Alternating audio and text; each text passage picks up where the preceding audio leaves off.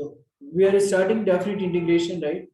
Definite integration हमने already indefinite integration हमने पढ़ा है, ठीक है। अब इनडेफिनिट इंटीग्रेशन क्या होता था, उसमें लिमिट नहीं होता था, ठीक है। जैसे आप इंटीग्रल का साइन ये आपने देखा होगा, तो उसमें लिमिट नहीं होता था, मतलब कहां से कहां तक इंटीग्रेट करना है उसमें पता नहीं रहता था, मतलब we are not knowing the limits. और डेफिनिट इंटीग्रेशन में एक फिक्स लिमिट रहता है, ठीक है, फिक्स लिमिट रहता है कि कहां से कहां तक इंटीग्रेट करना है, ठीक है। इसीलिए उसको डेफिनिट बोलते हैं, मतलब फिक्स होता है, ठीक है। तो ये इसको यहाँ पे जो होता है, इसको हम लोग अगर मान लो कोई फंक्शन है, किसी फंक्शन का इंटीग्रल निकालना है, अगर लिमिट दे दिया मान लो a से लेकर b तक, तो ये जो नीचे है a को हम लोग लोअर लिमिट बोलते हैं, लोअर लिमिट बोलते हैं, और b को क्या बोलते हैं, अपर लिमिट बोलते हैं। ध्यान से देखना, ठीक है। b को अपर लिमिट बोलते हैं और a को लोअर लिमिट बोलते हैं। ये इंटरवल है a से लेकर b तक के बीच में, ये डिफाइंड है, ठीक है। तो ये हो गया definite integrals. a is called lower limit, b is called upper limit. अब जो डेफिनिट इंटीग्रल्स का जो कंसेप्ट आता है वो एरिया से आता है, ठीक है। हम यहाँ पे एप्लीकेशन ऑफ डेफिनिट इंटीग्रेशन भी देखेंगे कि उसमें एरिया कैसे हम इंटीग्रेशन की मदद से निकालते हैं। किसी भी कर्व का एरिया अगर निकालना होता है तो हम डेफिनिट इंटीग्रेशन का मदद लेते हैं। कर्व मतलब क्या, कोई पर्टिकुलर कर्व, मतलब कोई फिक्स हमको ज्योमेट्रिकल शेप नहीं है। जैसे अगर मैं बता दूं आपको कि ये अगर आप लोगों ने लिया तो ये क्या है, ये हो गया रेक्टेंगल, राइट, ठीक है। तो इसका तो आपको फॉर्मूला पता है, लेंथ इंटू ब्रेड्थ कर लोगे, ठीक है। लेकिन यही चीज अगर मैंने बोला कि ये भी बता दोगे, आप बोलोगे सर ये स्क्वायर है कि नहीं, फिर पैरेललोग्राम भी हो जाएगा। तो जो एक्चुअल जो स्ट्रक्चर जिसका पता है आप आसानी से निकाल सकते हैं उसका फॉर्मूले की मदद से, ऑलरेडी जो कि हमने जूनियर क्लासेस में पढ़ाई लिया। लेकिन जैसे अगर किसी ने बोल दिया, मान लो आपको कोई कर्व का इक्वेशन निकालना है, राइट, जैसे आई शो यू कि थोड़ी देर के लिए मान लो ये है, मान लो कुछ इस तरीके का कर्व है, राइट। अब इसका एरिया कैसे निकालोगे आप, इसका तो कोई फॉर्मूला नहीं है, इसके कोई फिक्स ज्योमेट्रिकल शेप नहीं है। तो इस तरीके के कर्व का एरिया निकालने के लिए हमको जरूरत पड़ता है डेफिनिट इंटीग्रल्स, ठीक है, डेफिनिट इंटीग्रल्स, राइट। अब आगे बढ़ते हैं, ये बेसिक्स आइडिया पता चला, ये अपर लिमिट है, ये लोअर लिमिट है। अब जो पहला जो कंसेप्ट है, there is something called definite integral as the limit of sum. ध्यान से देखना, ठीक है, definite integral, definite integral as a limit of sum. जहां पे नहीं समझ में आएगा ना प्लीज पूछ लेना, क्योंकि फिर शुरू में दिक्कत होगा तो बाद में भी दिक्कत होते जाएगा। सो मेक श्योर कि आप लोगों को समझ में आ रहा है। अभी लिखना नहीं है शुरू में कुछ भी। Definite integral as the limit of sum, मतलब एक तो फॉर्मूला है उससे तो निकालते ही हैं, एक है कि लिमिट की मदद से हम लोग डेफिनिट इंटीग्रल्स कैसे निकालते हैं, ठीक है। तो हमने मान लिया थोड़ी देर के लिए कि एक फंक्शन है, मान लो कंटिन्यूअस फंक्शन है, right. Let's say there is a function, continuous function जो a और b के बीच में डिफाइंड है। यहाँ पे मैं एक फिगर बना रहा हूँ, ठीक है, ध्यान से देखना आप लोग, राइट, ये है एंड थोड़ा सा मुझे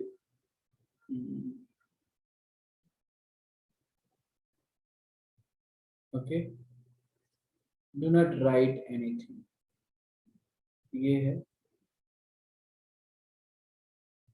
तो मान लिया कि ये जो है एक फंक्शन है, एफ ऑफ एक्स जो है एक फंक्शन है, ठीक है, और ये कंटिन्यूअस फंक्शन है, और ये डिफाइन किसके बीच है, ए और बी के बीच में। तो मान लो ये ए पॉइंट है और ये यहाँ पे कहीं तो एक बी पॉइंट दे दिया, ठीक है। तो x naught equal to a हमने डिफाइन किया और x n equal to b, मैंने एक्स नॉट से चालू किया और ये क्या है, xn है, मतलब लास्ट पॉइंट b है, ठीक है। अब जो है ये a और b के बीच में हम इसको डिवाइड करते हैं, n सब इंटरवल में हम डिवाइड करते हैं, ठीक है, डिवाइड करते हैं, ठीक है। तो ये x1 मान लो थोड़ी देर के लिए, ये x2 मान लो, राइट, इस तरीके से, ठीक है, इस तरीके से मैं डिवाइड कर रहा हूं, कहां तक, तो nth मतलब tn तक, राइट, xn तक। तो xn मान लो ये है, यही है xn, ठीक है। बीच में बहुत सारे लाइन होंगे, आपको जो समझाने के लिए मैं बता रहा हूँ, इक्वल लेंथ होगा, ये बस समझाने के लिए है ना, इक्वल लेंथ होगा, राइट। अब तो ये देखो, ये a है ना, ये x1 है मान लो, ये x2 है, एंड सो ऑन, इस तरीके से। यहाँ पे मान लिया हमने xn माइनस वन है, xn माइनस वन है, ये बीच में जो है ना, ये मान लो tn है, ऐसे ही कहीं तो आ रहा है, tn है, और ये xn है, राइट। तो x1, अब चलो इसको ऐसे ले लेते हैं, ये x इक्वल टू a है, यहाँ पे t1 ही ले लेते हैं, समझना आसान रहेगा। मतलब एक थिकनेस जो है बहुत काफी कम थिकनेस दिया है, नेग्लिजिबल, x1 फिर t2 फिर x2, राइट, इस तरीके से, ठीक है। और ये xn इक्वल टू b है, इसको n सब इंटरवल में हमने डिवाइड किया है, राइट। अब ये जो है इसका लेंथ फिर क्या हो जाएगा, ये अगर x equal to x naught equal to ये है, तो ये f ऑफ x नॉट होगा, ध्यान देना, ये पॉइंट a लिया है, ये पॉइंट b लिए रखा है, तो this is f of x not, ये कितना हो जाएगा, f ऑफ xn हो जाएगा, यहाँ पे ये तो f ऑफ xn होगा, ये f ऑफ tn होगा, है कि नहीं। यहाँ पे इन बिटवीन कहीं तो tr है मान लो थोड़ी देर के लिए, तो ये कितना हो जाएगा, f ऑफ tr, ये जो पूरी लेंथ है इसकी। Similarly this will become f of t1 फिर f of t2, right. All of you are able to understand, समझ में आ रहा है क्या, पहले ये बताओ यहां तक, all of you are able to understand. बिल्कुल, देखो ये एग्जाम में नहीं पूछा जाएगा, ये कॉम्पिटिटिव पॉइंट ऑफ व्यू से है, उसी लिए मैं बार बार बता रहा हूँ कि बीच में छोड़कर नहीं जाना, नहीं तो बाद में दिक्कत होगा फिर, ठीक है। ये छोटी सी चीज है, यहाँ पे समझना बहुत ही आसान है, ठीक है। तो ए से बी तक इसको एन इंटरवल में हमने क्या किया है, डिवाइड किया है, ठीक है। ये कैसे है, कैसे डिवाइड किया है, तो इट्स लाइक दिस वन, कि ए और बी के बीच में, तो एक्स नट जो है, ऐसे सोचो, एक्स नट जो है ना, वो छोटा है x1 से, x1 जो है x2 से छोटा है, एंड सो ऑन, x3 कहां तक, तो xn तक, और जो कि xn b हो जाता है, ठीक है। अब यहाँ पे और एक चीज है, यहाँ पे एक चीज हम एज्यूम किए, ये जो सब इंटरवल है उसका कुछ तो लेंथ होगा ना, राइट, ये जो गैप है इसका कुछ तो लेंथ होगा, तो उसको मैंने एज्यूम कर लिया, मान लो डेल्टा आर जो है ये लेंथ ऑफ सब इंटरवल है, राइट, लेंथ ऑफ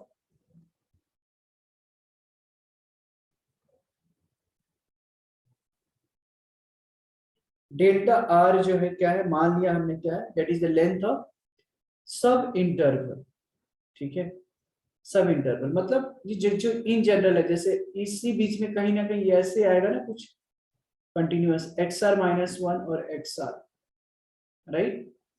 तो ये सब इंटरवल है, तो डेल्टा आर मतलब क्या, डिफरेंस हो गया, ये लेंथ हो गया, मतलब क्या, x r minus one, correct. और आर की वैल्यू यहाँ पे क्या है, 1 2 3 एंड अप टू एन, ठीक है।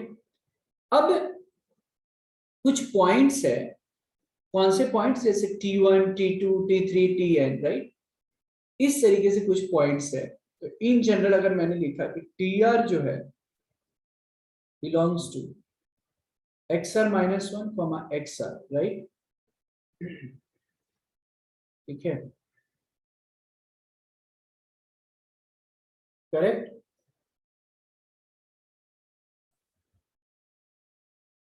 ठीक है, for r equal to 1 2 and n। अब इसको थोड़ा मैं एक तरीका से, मैं एक बार आसान तरीके से मैं बता दूं। ये एक मान लो ये है, लेंथ है पूरा, ठीक है। ऐसे लिखना नहीं आपको, बाद में मैं समय दे दूंगा लिखने के लिए, ठीक है। तो ये जो है ना, एक्स नॉट से चालू कर रहा हूँ, एक्स नॉट इक्वल टू ए, ठीक है। फिर ये मान लो T1 है, कुछ इस तरीके से है। फिर ये x1 हो गया, फिर ये T2 हो गया, है ना। फिर T3 हो गया, ये बीच में ये x2 होगा, फिर ये x3 हो गया, एंड सो ऑन करते करते ये मान लो TR है ना। और इसके पहले वाला टर्म्स क्या रहा होगा, ये XR-1 XR। ये जो गैप है ना, इसको डेल्टा आर में बोल दो, ठीक है। एंड सो ऑन कहाँ तक, ये XN इक्वल टू B है, ठीक है।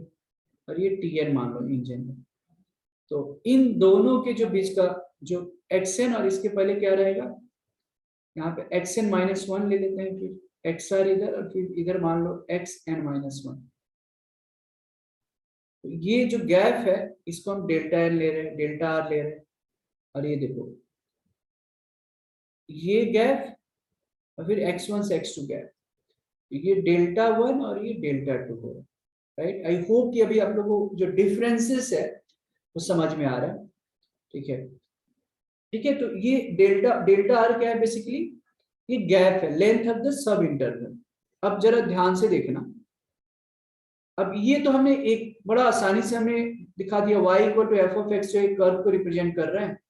और ये क्या है, a f a, है ना। और b f b, ये क्या है, ये पॉइंट्स है ना। इसका पॉइंट्स अगर मैं लिखूं, इसका मतलब क्या है, कोऑर्डिनेट जो है a f ऑफ a है, ये क्या है b f ऑफ b है कि नहीं।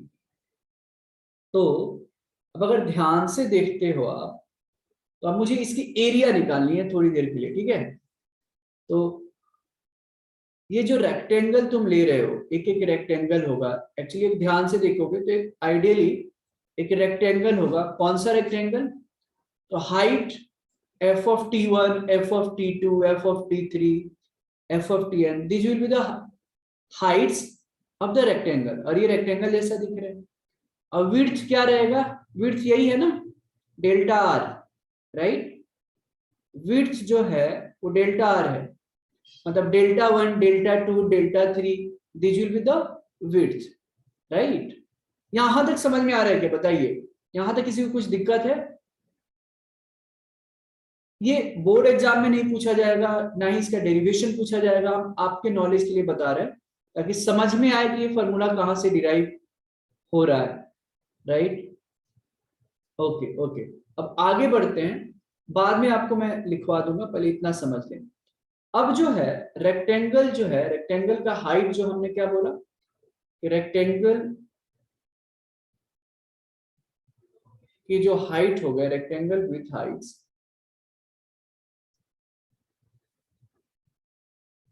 वो क्या हाइट है, एफ ऑफ t1 है, एफ ऑफ t2 है, एंड सो ऑन, है ना, F of tn।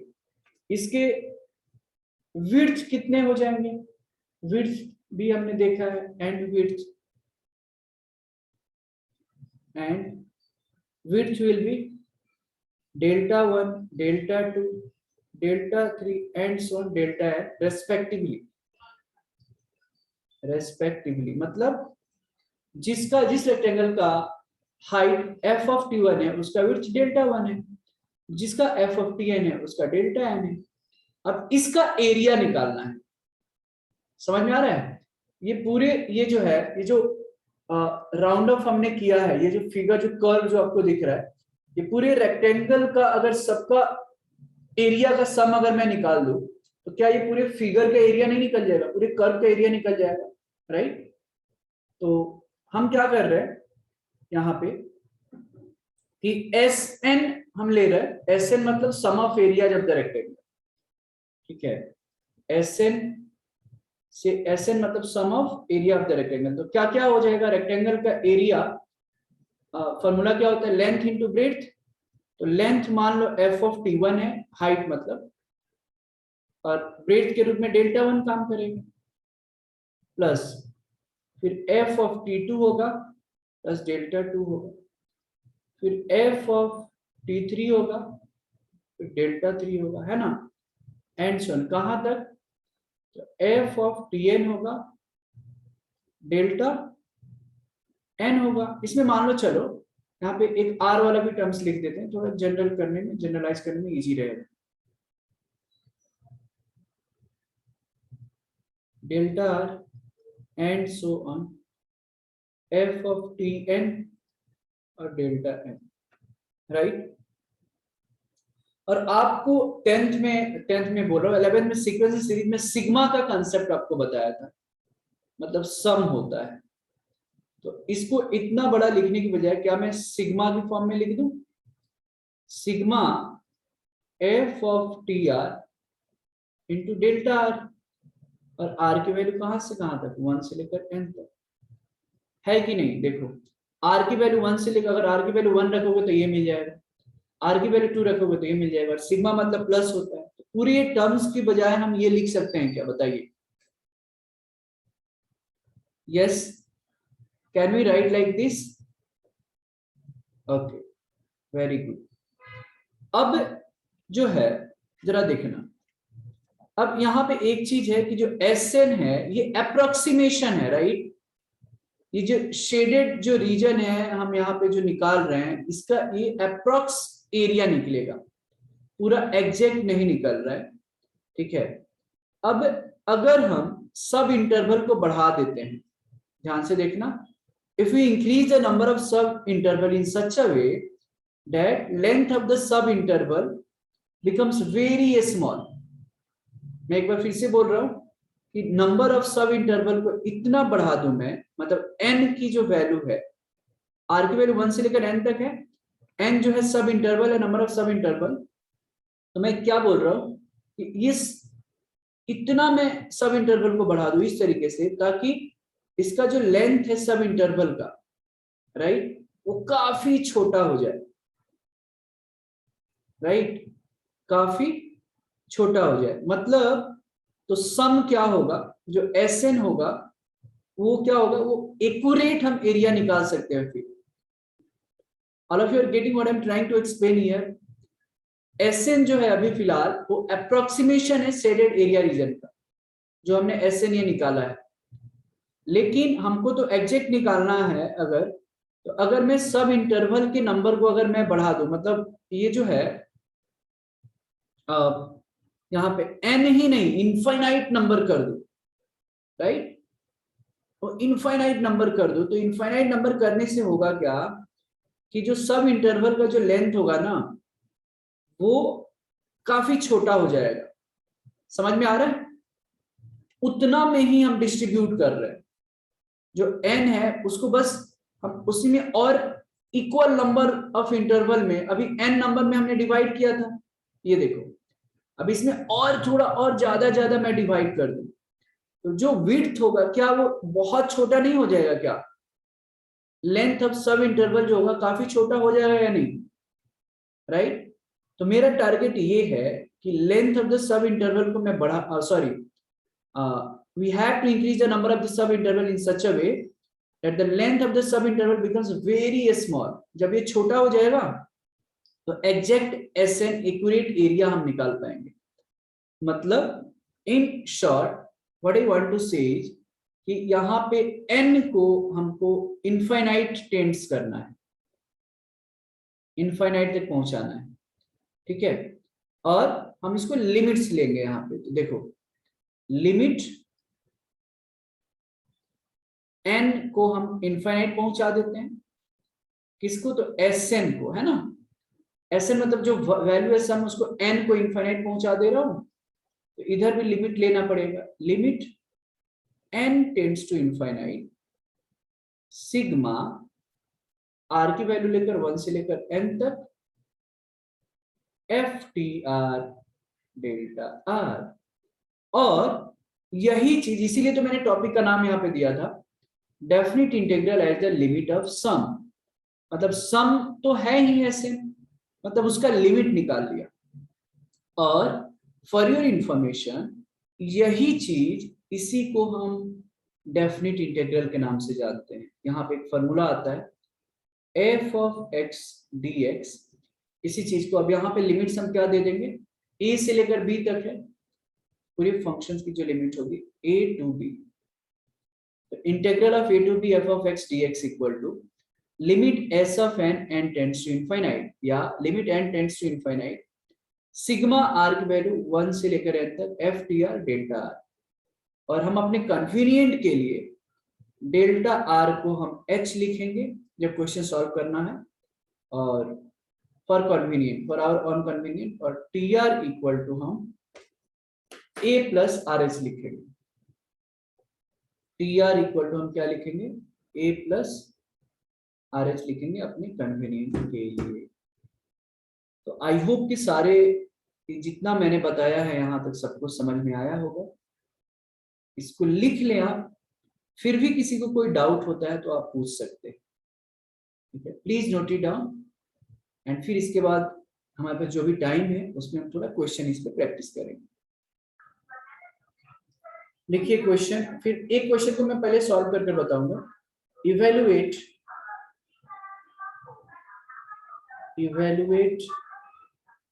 the following integrals, evaluate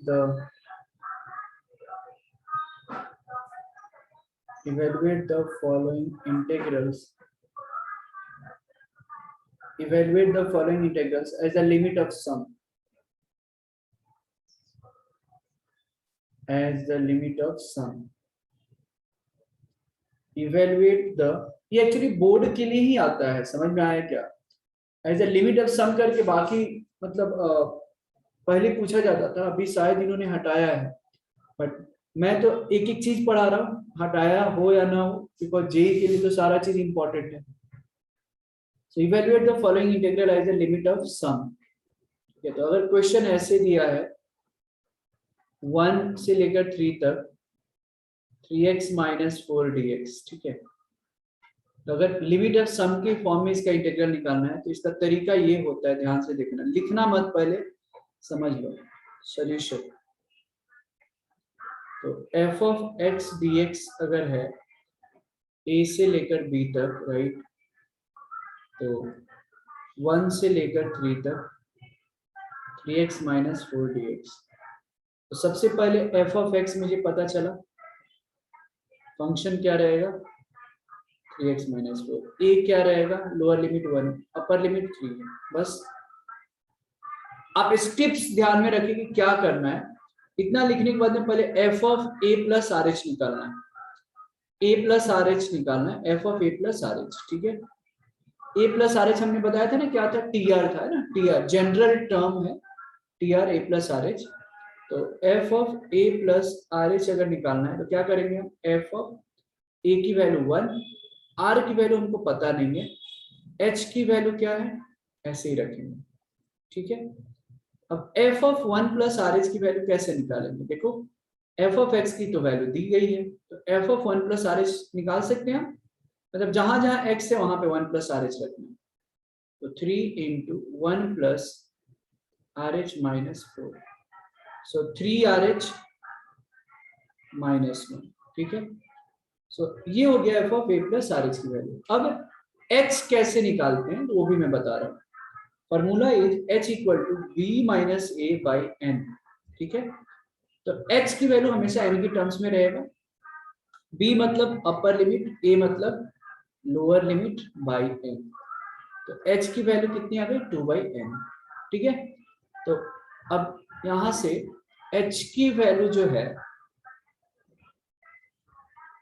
h की वैल्यू 2 बाई n है, मतलब nh की वैल्यू 2 आ गई है कि नहीं। बस अब आपको करना क्या है, तो सिंपल, मुझे इंटीग्रल निकालना है, तो फॉर्मूला क्या था, a to b f of x dx बराबर क्या था, फॉर्मूले में देखो, limit n tends to infinite, right,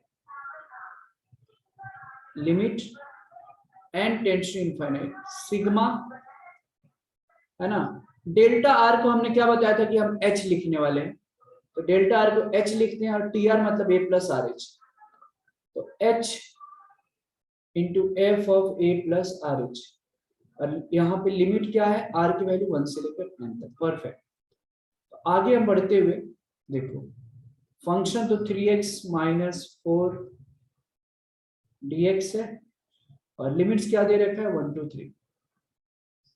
इसका मतलब हमको क्या निकालना है, limit n tends to infinite sigma, what is the value of h भी है, हमेशा h की जो वैल्यू है h, ठीक है, h को मैं ऐसे ही रखता हूँ, f of a plus r H मतलब कितना है 3rh माइनस 1, 3rh माइनस 1 रख देने का, और r की वैल्यू 1 से लेकर n तक। अब आगे इसको जब सॉल्व करेंगे तो देखते रहिए, limit n tends to infinite, अब इसको मल्टीप्लाई जरा करना, ठीक है, ये देख लो, ये 3rh स्क्वायर हो जाएगा, तो h स्क्वायर तो कांस्टेंट है ना सर, h स्क्वायर कांस्टेंट है राइट, सो 3rh स्क्वायर, तो 3h स्क्वायर को बाहर, ये सिग्मा r की वैल्यू 1 से लेकर n तक, बीच में माइनस आएगा, माइनस ये क्या है minus h constant sigma 1 r की वैल्यू 1 से लेकर n तक, करेक्ट। अब आगे जब बढ़ते जाए, आगे देखिए क्या होता है, लिमिट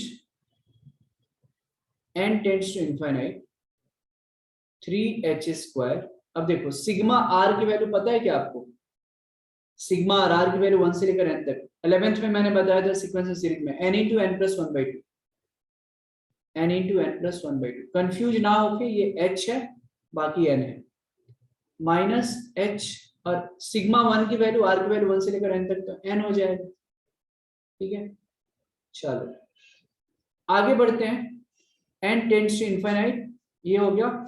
अब इसको देखो 3, इसको मल्टीप्लाई करना पड़ेगा, ठीक है, limit n tends to infinite,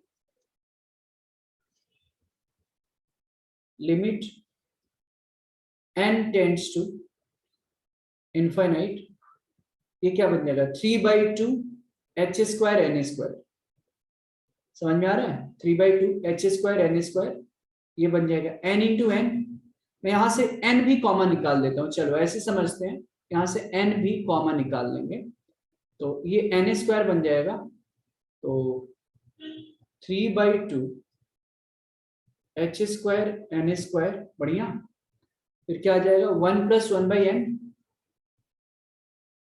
1 plus 1/n, बाकी तो ऐसे ही रहेगा माइनस NH, माइनस NH।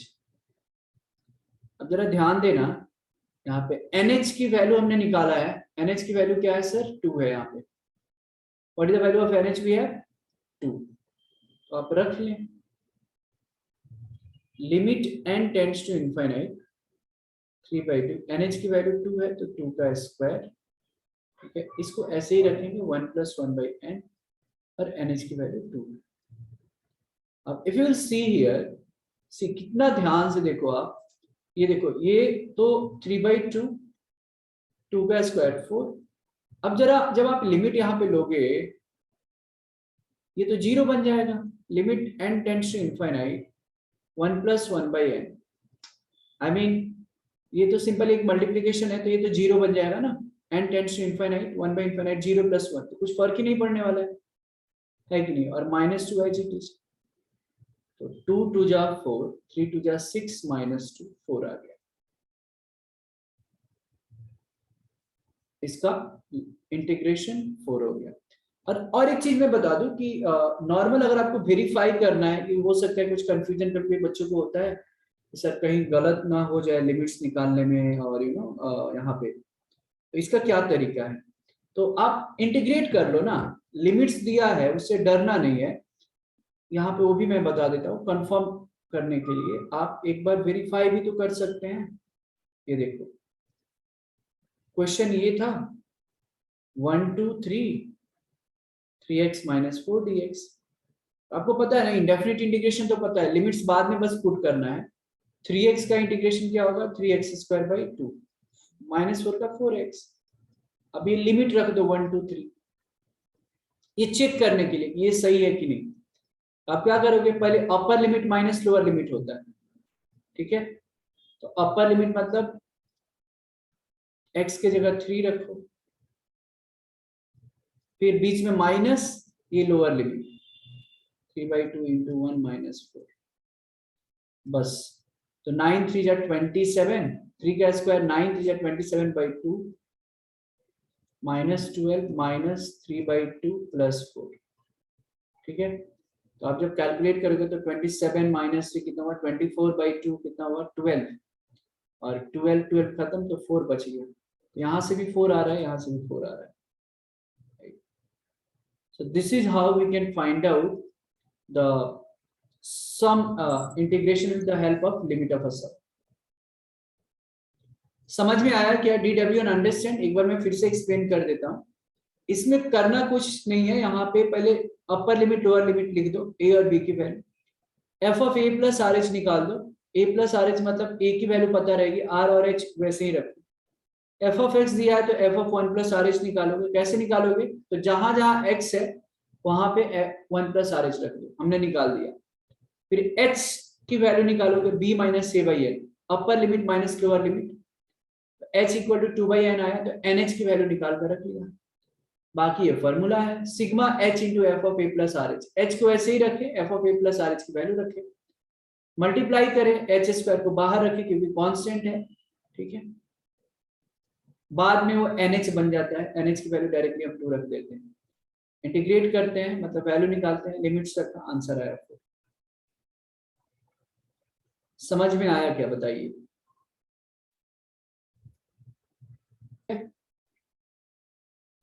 सो ये है 0 to 4 x² dx। तो मैंने क्या बताया कि f ऑफ x की वैल्यू दे रखी है, f ऑफ x की वैल्यू दे रखी है, a की वैल्यू 0 है, b की वैल्यू 4 है, तो f of a plus r H पहले निकाल लो, a प्लस आर एच मतलब f of 0 plus r H मतलब f ऑफ आर एच। अब f ऑफ आर एच कैसे निकलेगा, तो जहां जहां x है वहां पे f ऑफ आर एच डाल लें, तो आर एच का होल स्क्वायर बन जाएगा, है ना। इसके बाद h मैंने बताया था, h निकालने के लिए b माइनस a/n, तो b की वैल्यू 4, a की वैल्यू 0 और n, तो 4/n, तो nh इक्वल टू 4 आ गया यहाँ से, h इक्वल टू 4/n, तो nh इक्वल टू क्या आ गया, 4 आ गया।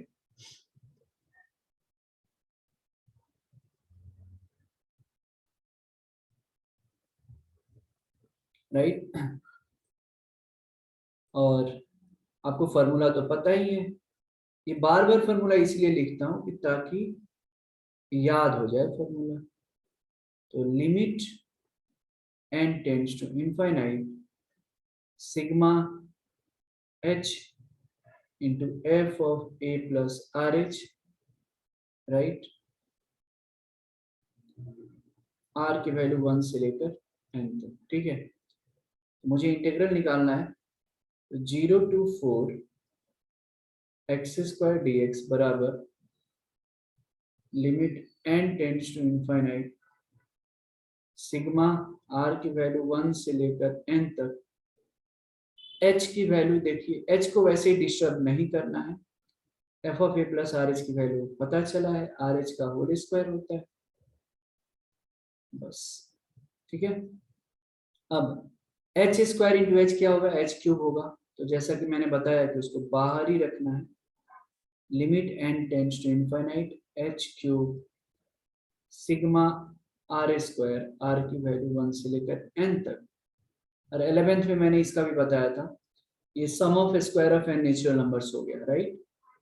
तो limit n tends to infinite h cube, so n into n plus 1 into 2n plus 1 by 6, ठीक है।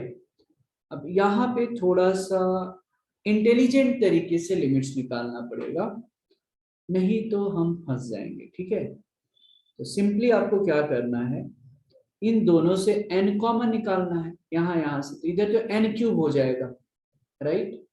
तो मैं एक बार लिख रहा हूं उसको, देखो limit n tends two cube, h cube तो है, h क्यूब है।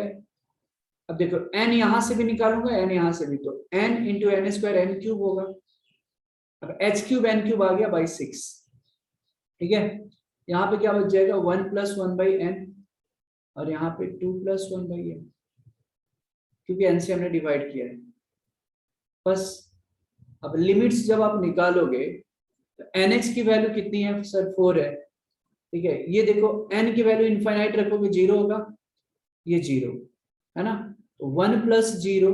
चलो नेक्स्ट स्टेप में लिख दूं क्या, ये भी आसान है, nh की वैल्यू 4 रख दिया, तो 4 का क्यूब बाई 6, और यहाँ पे लिमिट्स अगर n की वैल्यू इनफाइनाइट रखोगे तो ये 0, 1 प्लस 0 1, और यहाँ पे 2 प्लस 0 आ जाएगा, 2 आ जाएगा, ये इनटू है।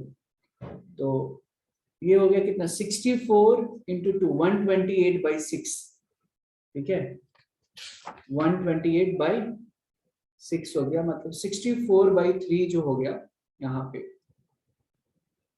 128 बाई 6, ये इंटेग्रल हो गया इसका। मैं यहीं पे साइड में लिख देता हूँ, 128 बाई 6 मतलब 64 बाई 3 हो गया ना, 2 से जाएगा, तो integral of x square D x which is 0 to 4 जो लिमिट है उसका 64 बाई 3 हो गया इंटेग्रल, ठीक है। ये आंसर अंडरस्टूड एवरीवन, समझ में आया क्या, ठीक है। इसको लिख लीजिए, किसी को कुछ डाउट है तो पूछ सकते हैं। Is is clear to everyone, बताइए। लिमिट की मदद से इंटीग्रल कैसे निकालते हैं, ये चीज समझ में आया क्या? Yes sir, very good. तो आप इसको लिख लें, ठीक है। होमवर्क ग्रुप पे दे दिया जाएगा, मैट्रिक्स से ही अभी दूंगा और इससे थोड़ा बहुत, ठीक है। फिर नेक्स्ट क्लास में भी चाहिए तो इस पे और थोड़ा कुछ क्वेश्चन प्रैक्टिस करेंगे, फिर हम आगे बढ़ेंगे, ठीक है। सो लिख लीजिए, और those who are done they can leave. आज का मीटिंग हम यहीं पे एंड करेंगे।